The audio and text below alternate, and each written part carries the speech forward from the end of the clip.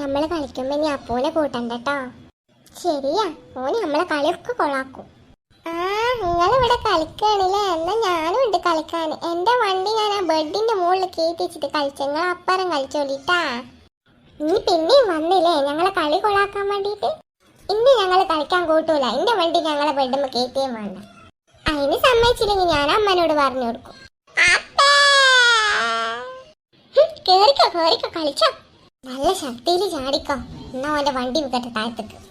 ടിഷ്ക ടിഷ്ക ടിഷ്ക ടിഷ്ക ടിഷ്ക ടിഷ്ക. എന്നേക്കാൾ ശക്തിയിലൊന്നും ചാടാൻ നിങ്ങൾക്ക് പറ്റൂല. ഞങ്ങൾ ഇവിടെ കളിക്കുന്നുണ്ടല്ലോ, ഇനി ഇവിടെ ഒന്ന് കളിച്ച് ഇന്ന് ഞങ്ങൾ പോവാട്ടാ. വാടി നമുക്ക് പോവാ.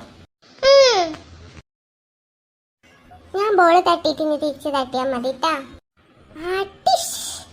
ഞാൻ വീണ്ടും വന്നു. നീ ഞങ്ങളെ കളിക്കാൻ സമ്മതിക്കില്ല അല്ലേ? അത് നീ എന്തിനു ഞങ്ങളെ കളി കൊളാക്കാൻ വേണ്ടിട്ട് വണ്ടി കൊണ്ടുവരുന്ന? ഇതിന്റെ ഇടയിൽ ഇങ്ങനെ തോട്ടിയാൽ ഞങ്ങൾക്ക് കളിക്കാൻ പറ്റൂലല്ലോ. എനിക്ക് കളിക്കാൻ പറ്റുമല്ലോ. അതിന് നിനക്ക് വേറെ എവിടെയെങ്കിലും കളിച്ചൂടെ?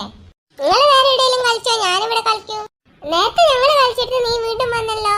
ഇപ്പതേ ഇവിടെയും വന്നു. എനിക്ക് ഇഷ്ടമല്ലിട്ട് ഞാൻ പോയി കളിക്കും. എന്നാ പിന്നെ നീ അങ്ങ് കളിക്ക്. ഇനി ഓരോന്നും ഇല്ലാണ്ട് കളിക്കാൻ ഒരു രസം ഉണ്ടാവില്ലല്ലോ. ഓരെ ശല്യപ്പെടുത്താതെ ഓരോ കൂടെ കളിച്ചാലോ?